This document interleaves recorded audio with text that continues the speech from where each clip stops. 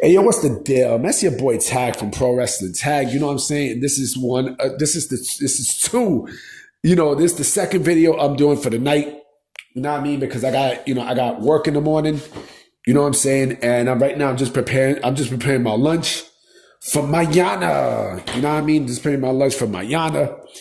You know what I'm saying? And it's funny. I just want to say one thing real quick. Y'all light skinned girls is funny, man. Y'all some funny ass females. You know what I'm saying? I'll tell you something real quick. Not all light skinned females are like that. Not all, but there are plenty who does this, right? This is maybe about a couple of weeks ago. I seen this light skinned girl who was in who was in a work program that was doing like mad years ago, and we haven't seen each other we're talking about maybe 12 years. I see her downtown Brooklyn. We start talking a bit. We exchange numbers. And then, she told me to call her. So I call her and, we start speaking a bit. But then when I call her, when I call to see how she's doing, I don't get a response. But then she gives me a fucking response on Thanksgiving. Come on, man. I've been trying to get to you. I've been trying to get to you for mad days before that. And I don't even call like that. I get people's space. I'm like, come on. Then when I said I was going to call her, all right. And then nothing. That's why I like dark-skinned females. You know what I'm saying? That's why I fuck with dark-skinned females. But, I like light-skinned females too, but not as much as dark-skinned females. Plain and simple. So, this is the second video of the night. You know what I mean? I want to talk about the popularity of the heels, the anti-heroes. And, we know wrestling has completely changed since the Attitude Era. Let's keep it a buck. The complexion of the business has changed since then. Because at the time, and I was going to high school during that time. You know what I mean? I was, because I told you I lived in Crown Heights and then I moved to Fort Greene, Clinton Hill. So I went up to Boys and Girls.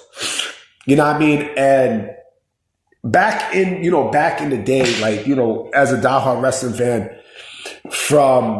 we're talking about the WWF Attitude Era, the WCW Nitro, I was going to say WCW Nitro, the era with the NWO and such, and then you throw in ECW, and then you have a mix. You have a mixture of stuff where wrestling was more than white hot. It was beyond white hot. And then, because it was white hot with pop culture. It was white hot with pop culture, and, you had grunge that was popping. Hip hop was definitely popping, at the time with the unfortunate passing of Tupac and Biggie. You had DMX and such, and then Eminem came. You know what I mean? And you had, Jay-Z was still, Jay-Z was actually coming up. This was years before the beef with him and Nas. And then Nas, remember, Nas had the I Am album. You know what I'm saying? With bangers like You Can Hate Me Now, and Nas is but, it was popular all over. Pop culture was insane during that time. And plus, remember sports. Michael Jordan, Michael Jordan had retired and such. He won his last NBA championship with the Bulls and such. And times was changing. You did have the internet too. The internet was coming up and such. And, the fans got a little bit smarter. And so with pro wrestling also had to change with the times. And so there was a shift in pro wrestling where the heels were no longer viewed as, as people you stay away from, people who you despise. It was actually the opposite. The heels in wrestling were looked at more as the face than the actual faces themselves. Because the heels in wrestling, this is why I always love the heels. I've always been a heel guy. Yeah, in pro wrestling, I've always cheered for the heels. It's, because you get more creativity and such. There's an edge to it that this country loves, as bad guys. I mean, remember also, you had gangs too. Now, I mean, you had gangs during that time, and gangs was running amok, especially in New York when motherfuckers was cutting people's faces. Now, I mean, they was eating food, you know what I'm saying, with the bloods and such. But when we're talking about heels in pro wrestling, it just became a big shift because the fans they were tired of the same old, the same old cookie cutter, blue-eyed baby face that can do no wrong. When in reality, that face can do wrong. And I think, and I know it's easy to pinpoint Steve Austin as that, but I have to, because Steve Austin was not a good guy. Steve Austin was never a face. You know what I mean? He never was a face. He was just the heel that people loved, because he represented what this country was about. You know what I'm saying? And then, matter of fact, I'll go a little bit more further. Shawn Michaels was a person who I was a fan of growing up. Like he was, if you notice with Shawn basically was if you think about it, he was actually a heel and a face. Yes, a heel and a face. Remember that match that they had it was in your house. And it was in December '96. And it was Brett and Sid. It was a match between Brett and Sid. It was at an In Your House. I think it was in December '96. I'm not sure. But mind you, Shawn Michaels was supposed to be a face, right? Something happened in the match. He got upset. And then, in typical heel fashion, and mind you, he was still a face. He basically was getting his arms off of the fans. He's like, get the fuck off me. Don't touch me. Don't touch me. And stuff, right? And of course, that's not typical for a good guy to do.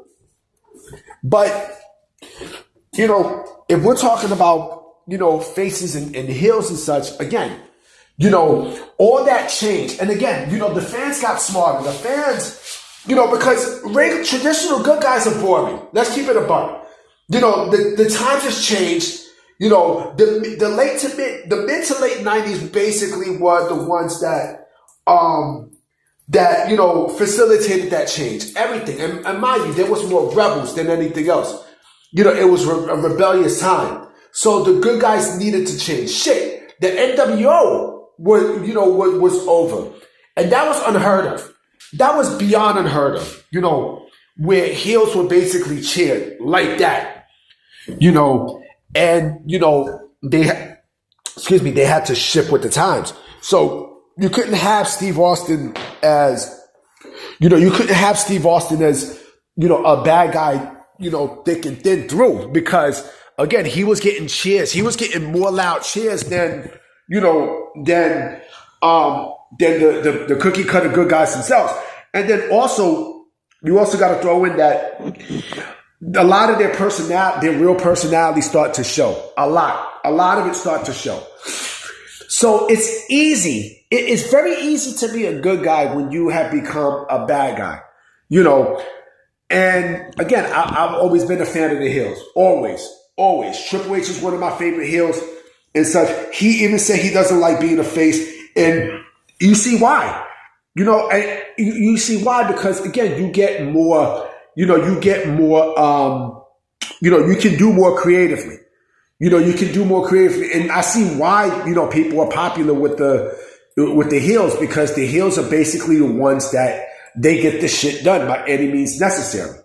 And I'm not saying you can't have faces, but the evolution of the faces have changed too, if you notice. There's no more real cookie cutter good guys at this point anymore.